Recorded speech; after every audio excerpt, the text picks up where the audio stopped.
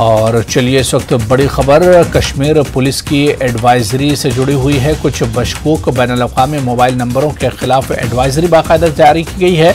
G20 meeting के खिलाफ अफवाहें फैलाने का काम किया जा रहा है। स्क्रीन पर दिखाई दे रहे मोबाइल नंबरों से होशियार रहें। साइबर पुलिस कश्मीर ने इसका नोटिस लिया और तहकीकात जारी कर दी है।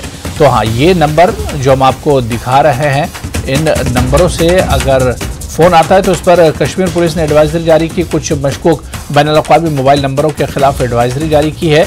G20 मीटिंग के खिलाफ अफवाहें फैलाने का काम कर रहे हैं। स्क्रीन पर दिखाई दे रहे मोबाइल नंबरों से आप होशियार रहें। जी हाँ, जो नंबर हम आपको दिखा रहे हैं, इन नंबरों से आप होशियार रहें, क्योंकि ये रखना डाल सकते हैं, ये आपको परेशान कर सकते हैं।